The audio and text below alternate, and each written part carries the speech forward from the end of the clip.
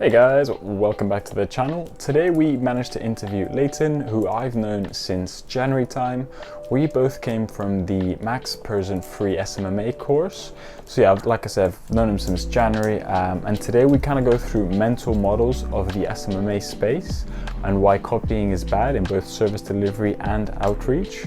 At the end of the video, you will get to see his why and his driving factors behind starting this business.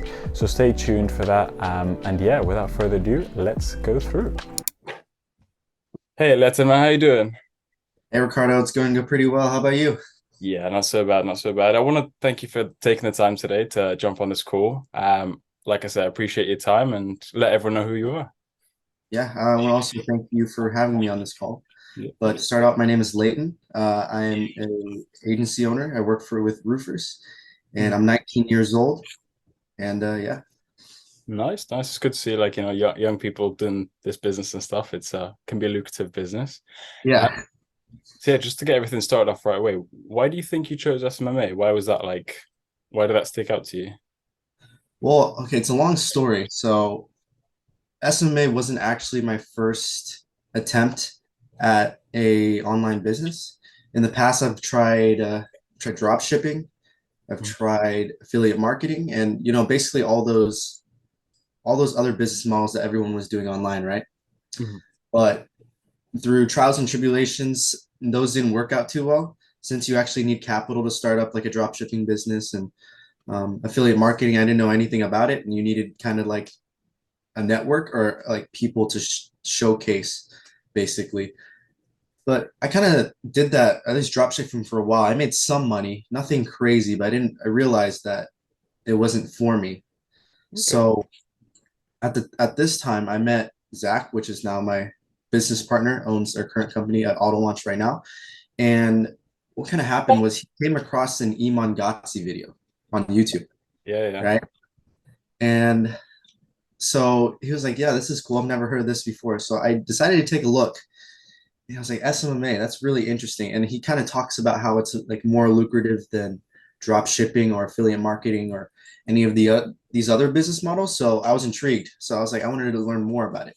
And then from there, we met, or not met, but we found another kind of mentor or a guy who was selling a course, but it was free, Max Persson, Yep, yep. right? Found Max Persson, and then we took his course. It was like, you know what? Screw it. We're going to go all in into this business model. We took his course. It was probably the best decision we've ever made since then. And that's kind of the basis point of how we got into SMMA. Yeah, yeah, yeah. And touching on the drop shipping and all the other business models, do you think there's interchangeable skills that you brought over with you that kind of gave you a leg up? Well, with drop shipping, I would say it gave me some knowledge on how generally how a business works, how you can look at a consumer or your audience, Mhm. and just kind of like get your feet wet into the whole digital, business entrepreneur scene and just get yourself all warmed up. I Yeah. guess that's what I got from it. Yeah, so with the skills from drop shipping and everything, is there anything that you felt that you can share with people today that really helped kickstart your journey? Maybe some tips and little secrets that people could take. Yeah, I mean, I guess that's a good question. My number one tip is just do what you say what you do, right? Well, You're only going to grow if you are uncomfortable. And that's the truth. Everyone these days, they want to just do what's comfortable, copy and paste everyone else. But if you copy someone else, you're always going to come in second place. That's just the truth. You're going to have to go out there, figure out things on your own. You're going to have to do things on your own. You have to think for yourself. One thing that I struggled with a lot in the beginning is actually thinking for myself. I would, instead of, coming up, encountering a problem, instead of actually using my brain to think of how I can solve this problem. No, I went straight to whoever the closest person I can and asked them. The thing is, yeah, that works a little bit in the beginning, but once you hit a certain stage where you can't just ask people to solve your problems, you're stuck because you need that's a skill within itself is to solve the problems that takes you to get to where you want to be. yeah. Okay, okay. So like critical thinking for yourself, you think is really important. And Right. touching on that, you said you're in roofing, Yes. and being in roofing is a super saturated niche. And I think, like you say, obviously that kind of mindset would help a lot with developing your own systems, developing your own outreach, and not being the same as everyone else, I guess, as you say. Um, Yeah. Stay on the topic of obviously your niche and stuff. How do you think you stand out in such a competitive niche? Honestly, it's you have to do a lot of market research. I feel like a lot of these new SMMA, like these new people that are going into SMMA, they just pick a niche and then they go on the Facebook ads library, see what everyone else is doing, and copy and paste. I mean, that works in the beginning, right? But the more saturated it is, like every roofer has seen the same offer. You have to market yourself in a different angle, right? It's like, let's think of it as like the desert analogy. So in the desert, let's say you're a roofer, or let's pretend you're a person that's thirsty. If the supply for water is there, so someone's selling water, you're gonna want to buy water. If there's 10 people selling water, the market's saturated, right? You have 10 people to buy water from. So what does one person do? They market the water differently. So they'll say this is water with extra electrolytes, or it's the same product, but you use a different emotional angle to Okay. target your prospect. Like, for example, marketing helps a roofer scale their business. But what's behind that? What's deeper than that, right? Okay. Maybe it's their business reputation. Maybe it's they don't have enough time. Maybe you're solving a time problem. It's not just so they can scale their business. There's other problems beneath that. And if everyone's presenting a solution to solve the problem of, oh, I can't scale my business, then it's all saturated. You can still sell the same product. You just want to position yourself in a way where you're solving more than just that problem, but with Mhm. the same solution, right? Yeah, yeah, I get you. I get you. So yeah, being creative with marketing and offering different solutions. Amazing. And that's with the client acquisition. Do you have a kind of same mindset model with the service delivery side of things? Do you deliver your service slightly different to everyone else? And how does that look? Obviously not your exact details, but like the general framework, I mean.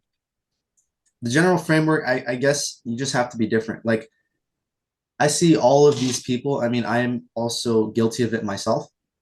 But when these people first get into creating an agency, all they do is go into the Facebook ads library, they copy what everyone else is doing, they test it, and it lasts. Yeah, it works for maybe a couple days to a week, right? But that's not sustainable. What's sustainable is you actually have to dig deep into your market. You have to know who you are targeting. You have to know what their interests are. You have to know their like it dials down to as far as people in the West Coast in America Yeah. speak slower than people in the East Coast. And those are the little things you have to dial in. You have to know who you're targeting for that customer because it all matters. Right. Yeah, yeah, that makes sense. That makes sense. Like the little details is essentially what's gonna tick and get the ball rolling. And I know you said you're big on mindset and everything, so I kind of wanted to go through how your day looks, how you prep yourself for maybe a sales call or outreach. How does that look in terms of getting your mind right and setting that right? Well, it's all about self-talk, right? And it's all about how you look at yourself and how you position yourself and where you are, Okay. right? A lot of people I feel like after they do something, they kind of put themselves down for it. Kind of like I guess this is what I did when I was first starting to take sales calls. I felt like I had to close. And if I didn't, I'd be like, oh, I should have said this, I should have said that. No, it's more of like, okay, what did I do in that call that didn't work, and what could I improve on? And then you take those things that could have been improved during that call, and then you take it over to the next. It's all about how you look at things rather than how you do them. Yeah. Another thing is like self-talk. It's how are you talking to yourself every day? And that kind of comes back to what I said earlier. Do what you say what you do. Because you can't demand respect from your prospect for anyone else if you can't respect yourself, right? Yep. Yep. So what I did to practice that is I would plan my day before. I would write it down exactly what I'm going to do, and I had to do everything on that list. If I didn't, then I didn't complete the day. It wasn't a good day. As long as you did everything you said you were going to do, and you did it efficiently, and the best effort you put into that, then it's a good day. And the longer you do that, the more respect you have for yourself, and the more you get done. Yeah. Yeah. Yeah. So kind of break us down like a day in your life. What would it be in terms of do you allocate, say, 2 hours to outreach, 3 hours, and then you go to the gym? I know you said you're taking up boxing as well. Uh, Yeah. how does that look? So I get up around 6:30 every morning, and then what I do is I kind of get up, make my bed. I think the one important thing about having a healthy mind is having a clean room because it kind of reflects on how your mind is. If it's you have a messy room, you have a clogged mind. Stay organized. So I kind of do that every morning. My part of my routine is just making sure my room is ready for work, since I also work in my room. But after I get up, I go for a quick half-mile run Okay, just to nice. get your blood flowing, wake you up. And then after my run, what I like to do is I like to sit outside and kind of contemplate life, where I'm at right now, my goals. And then one important thing that I feel like a lot of people should do is write down 5 things you're grateful for every single day, right? Yeah, yeah. You know where you are, know what you're grateful for, and that kind of keeps you grounded in the present moment. Hmm. I actually watched a video with do you know Matt Shields? Yeah, yeah. Yeah, he talks highly about journaling and stuff like that, and he says what he's grateful for and how the day went and everything like that. And he says that he believes that changed everything in his business when he started to journal and everything. So I think that's a big takeaway. Um, I asked the same question to the last guest, and I actually initially heard it from Charlie Morgan. If Hmm. you could ask yourself a question from when you were beginning, if you could ask yourself a question today, what would you ask yourself? That's a good question. What would I ask myself? What would I ask myself if I was in the beginning? Yeah, yeah. So you're just beginning, first day of starting this new adventure, and you're talking to yourself. What would you ask yourself? I would ask myself why I'm doing it. Okay.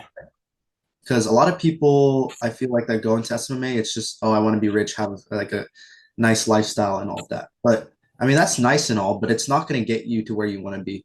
You Mhm. want one thing that I started out, what really drove me to get me to where I am now is finding an actual reason to push towards something that you need to go towards to conquer. Kind of like Alexander the Great. He would look at the sun and he believed that at the end, like once he reached the sun, there was going to be like a bunch of gods, right? And he destroyed everything to reach the sun. And you kind of need that belief. You need that belief, not just, oh, I want to be rich and have nice cars. And I mean that all that's nice. Like I can't lie, all that's nice, right? But you need something compelling and strong enough to go towards, right? Whether that could be retiring your parents, helping out the world. It could be just anything, a true reason that you hold deep down to you, and you put that reason of why you're doing it in the first place. And Hmm. that's what I would tell myself. Because then, if I knew that reason from the beginning, it would have caused me to push a lot harder than I did. Okay. And I know a lot of people's whys are very personal on that. So if you're not happy to share, don't share. But what is your why? What drives you? What drives me is probably my parents. I'm Vietnamese. They originally immigrated from Vietnam. I also have family down there as well. And what kind of inspired me to move forward is, I guess, the things they had to go through just to make it to America, right? So they were alive in the midst of the Vietnam War. I don't know if you know too much about it, but it was brutal. Yeah. Like they told me, I guess my dad told me stories about how back then, when he was a kid, he would have to, like, on a daily basis, walk over dead bodies every single day. It's And horrible. like some people, he even told me stories of how some people that had their houses like lower in elevation, and when it rains, all of the bodies would, like, the fluids would go down into their houses. And when I heard the kind of life they lived and what they had to go through to here, I was like, Yeah. the opportunity I have right now is right in front of me. I get to sit on my ass every day in front of a computer and potentially make a bunch of money.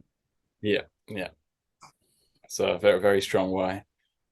Yeah. I've actually been to the tunnels in I think is it Hanoi? Uh, Yeah, yeah, it's some pretty brutal stuff. They show all like the ways they used to like traps and things like that. yeah. It's insane. That's crazy. Um, and yeah, kind of going more into like, out of the SMMA space, where do you see yourself going personally? Maybe a personal brand or some other businesses that you've considered, just your future really. It's a good question. Um, Well, for me, SMMA would just be the, I guess, the key to opening the door to the rest of my life, right? It's Mhm. going to be the hardest part, I believe. And I do want to pursue real estate, and I do want to start other agencies as well within the SMA space. Mhm. But at the end of the day, I just want to make it as far as I can. I want to help out my family in Vietnam, and I want to retire my parents, right? Amazing. And then eventually, I do want to build a personal brand, start up a YouTube channel, make a bunch of short form content, and put my name out there and help other people get to where I am as well. Okay, that's amazing, man. That's amazing. Um, well, yeah, that's most of the questions I've got out the way, anyways. Is there anything that you wanted to touch on, really, that you think we kind of missed, or that would be of value to people? Um,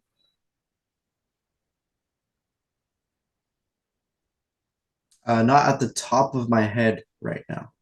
Okay, okay, that's right. But yeah, I appreciate your time, anyways. Thank you for coming on. Where can people find you before you go? People can either find me on my Discord, which I'll give you the link to that, or you can shoot me a message on my Instagram, which is HUYNHLETIN01. Amazing, amazing. I'll link that all in the description as well. So yeah, I appreciate your time and thank you for coming on. Thank you, Ricardo.